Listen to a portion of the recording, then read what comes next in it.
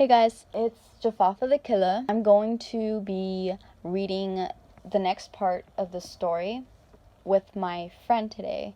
He's my best friend, Bailey, and I'm going to leave his YouTube channel on the description below. Please check out his account. He does a lot of music and he sings. I really love his art. Okay, so let's get on with the story. She cries in the concrete, her voice full of sorrow and hatred. I felt awful. I hurt someone who was my life. Lyric, I'm so sorry.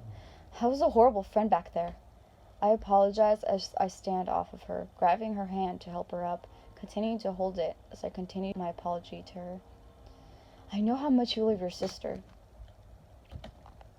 and words cannot describe how sorry I am. I should have never said those things and hurt you like that. You know I would never do anything to hurt you. You're so dear to me. You're an amazing friend. I love you so much. Both me and Larissa continue to cry, and tears stream down our cheeks. She lunges forward and embraces me tightly, crying loudly down my back. I'm so sorry, Mel. We both stand there for a few minutes until we finally stop crying. She pulls back and wipes her tears from her eye. I love you too. She smiles, but her expression suddenly changes as she gasps, her eyes shooting open. She gags for air, blood dribbling down her mouth and splatter my face as she coughs and gags. I scream as her body falls to the floor before my feet. Crouching down to cradle her, I notice a familiar gash mark in her spine, the same one that the little girl had on TV. My mind slowly rises to find the source of my best friend's death, until it lands on a familiar face, without his mask. Toby! Okay, Ticci Toby's point of view. Ticci Toby's point of view. Oh my. After I cleaned up all the broken glass, I head upstairs to try and calm. That does not say calm. Just. And Larissa tell them everything was going to be okay, for reassurance. However, as I head back downstairs, making my way towards the kitchen, something hard and heavy was smashed against the back of my head, causing me to fall unconscious. As I wake and find myself surrounded by darkness, my eyes were definitely open, but still couldn't see. I tried to move on, but my efforts were pointless. No matter how much I tried, I couldn't move my arms or my legs. They seemed to be tied down at the wrist and ankles. I was just about to call out when I heard the door open and close, and footsteps followed by unfamiliar chuckle. The same chuckle I heard when I was inside Slender's office. Before I could say a word, something was yanked harshly off my head. Seemed to be some sort of sack. My vision was blurry, and I made an attempt to scan the room. It was dark, dull, moldy, and smelt like rotten flesh, with only a small light shining above my head. Hello, Toby. The voices coos. I wait until my eyes adjust to the new light to find BP standing in front of me. Painter.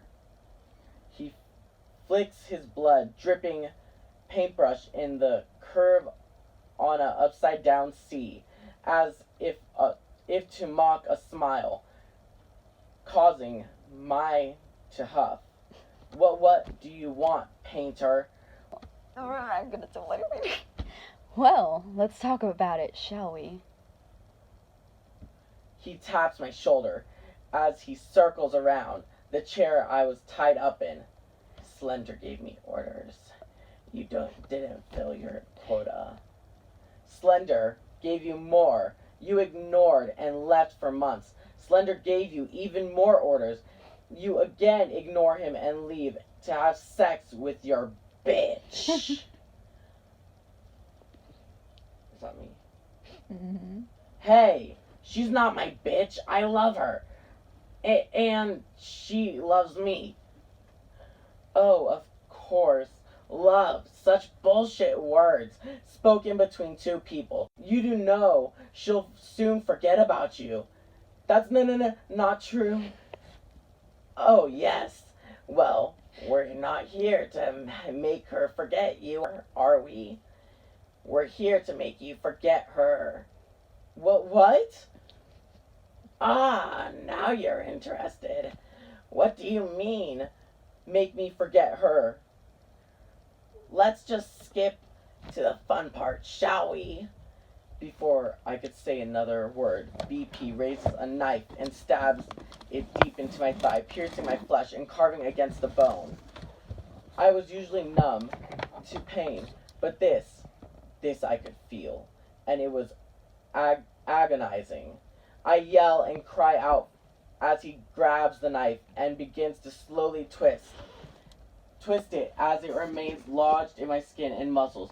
I grind my teeth as he slowly pulls it out, only to find that he plunges it back in the same thigh, inches away from the first gash. I groan and strain angrily, and he twists the blade, causing the two wounds to merge into one big one. You could hear tendons and ligaments snapping and bones grinding and crunching until he was once again yanks out the knife. Blood gushed down my leg. You know, Toby, I was told that you don't feel pain, that you're what they call numb. But luckily, Slender has a liquid just for such occasions. I injected it into your system before you woke. Gets the pain deep down to each and every nerve that way. I watch as he brings over 3 vials. 2 were liquids, and 1 was solid.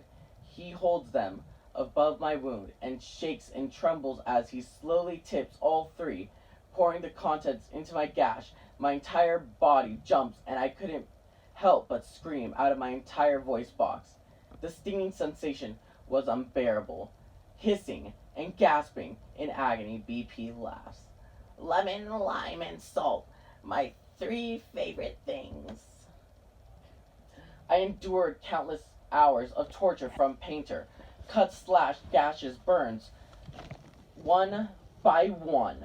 He would only use clamps to rip off my toenails and fingernails, carving symbols onto my back and down my spine with a hot dagger, heated in a fire, pressing deep in the skin, continuing to pour salt into my wounds for amusement. He stitched my mouth shut like a doll, only to yank my lips apart right after, practically shredding them, bounding my jaw open with a metal brace.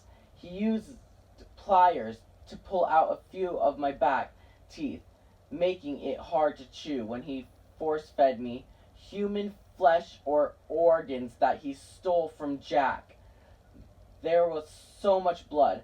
How I hadn't fallen unconscious yet was a mystery. There was so much blood, pools and puddles. The smell was enough to make you sick.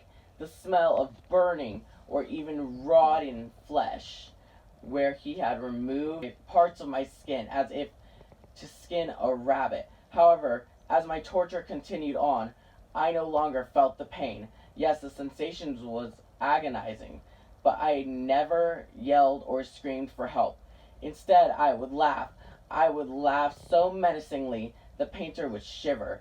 After each painful action, my laugh would grow from a small chuckle to a hysterical bellow. I sit there, my bangs flopping over my face as my head hangs, shadows covering my eyes. I think you're ready for the test. Run. Painter coos as he walks towards me with a hatchet.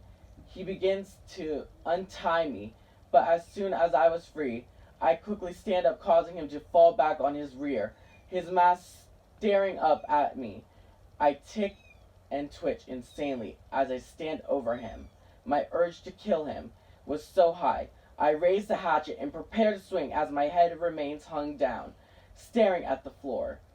I didn't need to look at him to see my insanity made me sure I would make a direct hit. I go to swing, but something causes me to stop. In the distance, I heard a giggle. The giggle and laughter of two children, a boy and a girl, growling. I run out of the room, ignoring the pain of every step or movement I made, until the children came into view. I watched as they played and laughed together. It made me sick. I waited behind trees until the girl turned her back. Once she did, I threw the hatchet. It directly hits her in the shoulder. She screams and drops to the floor, her cowardly friend running away. Blood gushed from her shoulders at shoulder blade. As I walk over to her, ripping out the hatchet, she screams desperately, trying to crawl away. So, to stop her, I smash the hatchet blade into the back of her leg. She cries of agony were music to my ears. I had to finish the job. Yanking it out one more time, I plunged it in deep into her spine, hearing the vertebrae snapping and crunching, crushing, pulling out the weapon of my corpse. I was so proud until I heard voices of two other females. Turning in the direction of the source, I spot two females, one pinning the other to the floor. I had found my next opportunity to murder. Which one do you want me to read? Reader's point of view. Toby! I watch in horror as he stands before me. I had never seen him in such a state such as this. He looked awful. I could tell he was in pain, but why wasn't he acting like he was? His lips looked like they had been shredded. His eyes were glazed and bags beneath from lack of sleep, shadows hovering them as he stares down at me. His clothes were torn and I could see cuts and burns. Some were only on the surface, but others were deep down to the very bone. His entire person was soaked with blood, some dry and some new, leaking from the deeper wounds. I remain kneeling on the floor, holding my dead friend as he slowly approaches, stumbling, stalking slowly as his bangs hang in front of his shadowy eyes. Toby, I know that's your real name. I found out your history. I'm sorry of what happened to your sister. He suddenly stops, his head cracking into a tilt, causing me to gasp and flinch. Although he does not speak, instead, an angry growl is heard from him as he lowers down, ripping the hatchet out of Larissa's back. He was so close to me. I was so in reach of my own death. I was terrified. My entire body trembles as he slowly leans down over to me, his hair dangling as his piercing eyes lock with mine, seeking into my soul. Stand up! He demanded. His voice was deep and low, raspy like a sore throat.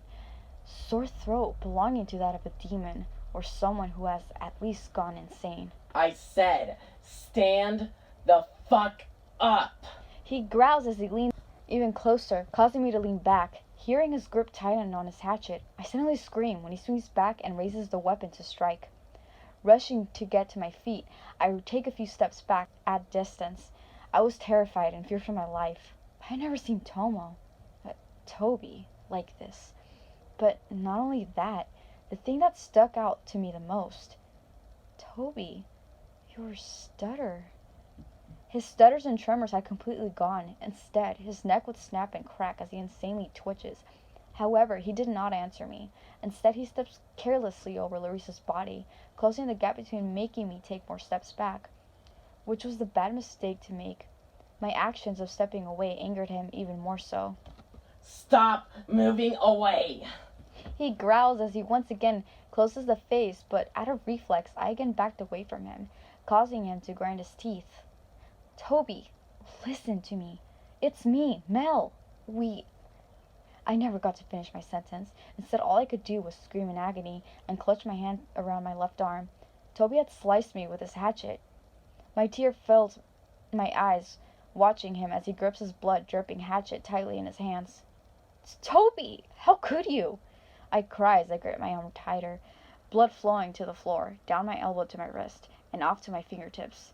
As I beg for remorse through my expressions and tearful eyes, Toby unexpectedly bursts out laughing. It was psychotic and deep. I was horrified. Look at you. You're pathetic. He laughs once again, this time raising his hatchet in the air above his head, preparing to swing. I had to get away. I had no choice.